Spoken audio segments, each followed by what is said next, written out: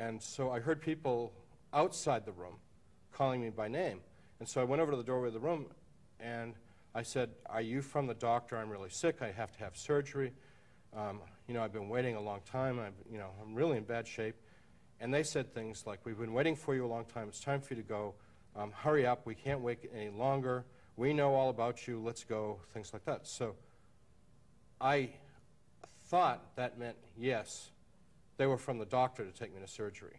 And they spoke English, and nobody else was speaking English to Yeah, you. I thought that was very weird, because everybody else in the hospital spoke with a very thick French accent, Right. or no English at all. But these people were, well, and also I thought, they want me to walk to surgery? You know, but after what I'd experienced in this hospital, okay, it's, you know, it's the way they do things here. So I left the room, and when I left the room, I had a really bad feeling about leaving the room, because the room was bright and clear and light. The room was very bright. There was a lot of light in the room. And the hallway was hazy. It wasn't dark. It was just foggy and hazy and dim and very unclear. But I went with these people, and I had a strong sense that I was leaving that room forever. And we continued on a journey that was ridiculously long. What were they saying to you? They were saying, just come closer, and you kept following? Or what were they saying to you as you were They were following very insistent. Hurry up, we've got to go.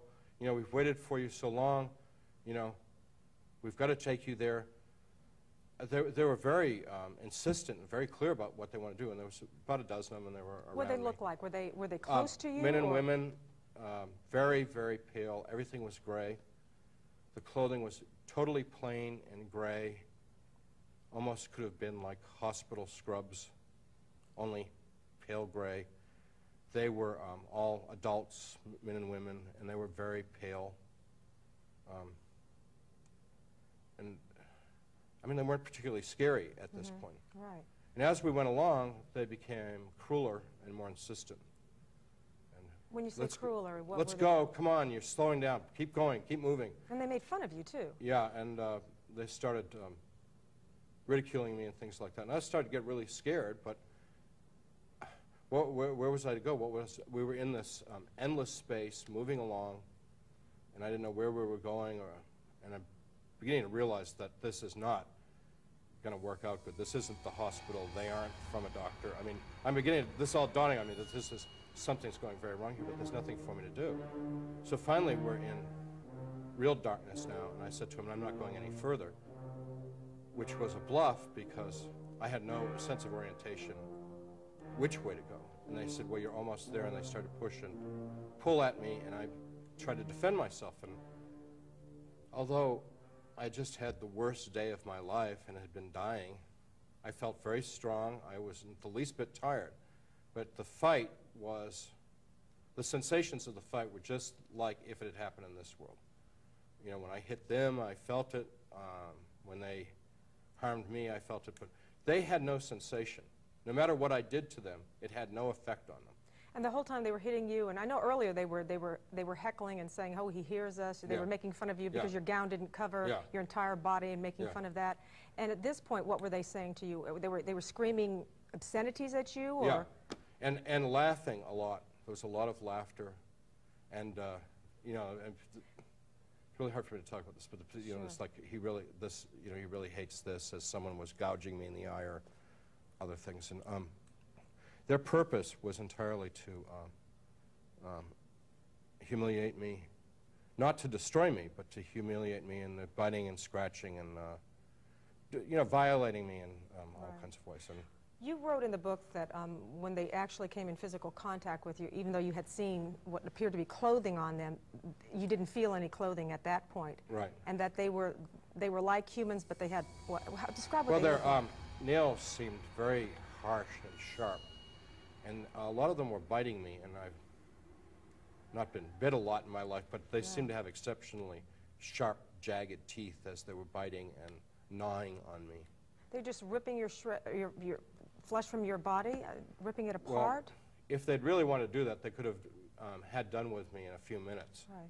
No, they wanted to torment me. And so what they were doing was really simple. They were trying to inflict pain. And it was clear to me that these people had no, what we would think of as compassion, no love, no human sensation of their own. So what they were doing was they were feeding off my pain, if that makes any sense, that gave them pleasure.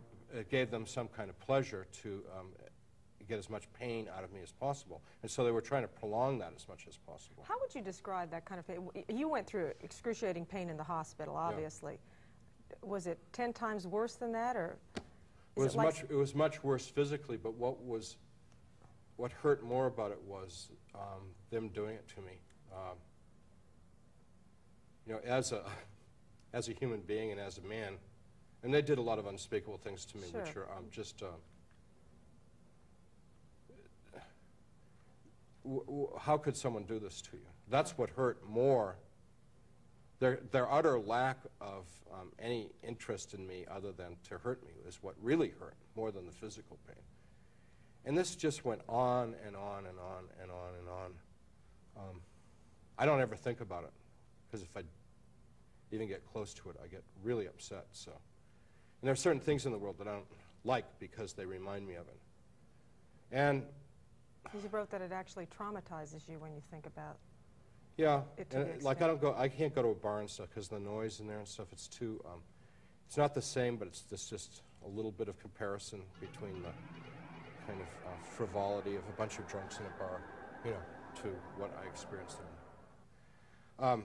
I don't like really loud music because of it. But anyhow, so I was lying in that place, all torn up, broken up, beat up, but more importantly, emotionally destroyed. And people were kicking me, and I couldn't respond anymore. I couldn't even moan or groan or anything. I was lying in a fetal position, just sort of trying to protect myself, all ripped up, and people were kicking me, and they were expressing their disappointment that I didn't have any more response to what they were doing. And I heard, strangely, my voice, although I distinctly did not say it, pray to God. And I thought to myself, being an atheist, like, what a dumb idea. I don't believe in God. And the second time, pray to God. And I thought, I haven't prayed, you know, in my adult life. I had stopped praying when I was like 15 or something. And I'm 38 now, so I had no remembrance of prayer. I wouldn't even know how to pray if I wanted to pray. And then a third time, said pray to God, and I was thinking, what did I say when I was a kid? I was not intending to pray. I was just sort of curious if there was a prayer somewhere in my memory. And I was trying to remember things, and it all got mixed up with the Pledge of Allegiance and the National Anthem. It just became this big confused mess with the 23rd Psalm and the Our Father and things like that. And it was all these little phrases mixed up here and there in my mind. And really wanted to grasp at some of this stuff. I wanted to recall this. And I accidentally muttered a couple phrases. And the people around me could not bear to have the mention of God.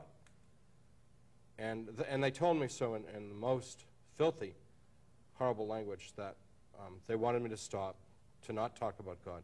And now they were going to really hurt me if I didn't stop. But because it was so repulsive to them and literally pushing them into the darkness, it encouraged me to try and... So I was just trying to think of phrases from these memories, and they're screaming and yelling at me to stop, and I'm trying to remember these things, and eventually I'm all alone in that place. And it's hard for people to understand, but I was left alone in that darkness, in my gore and in my pain, forever and ever and ever. And it's impossible to talk about. But that was the real hell.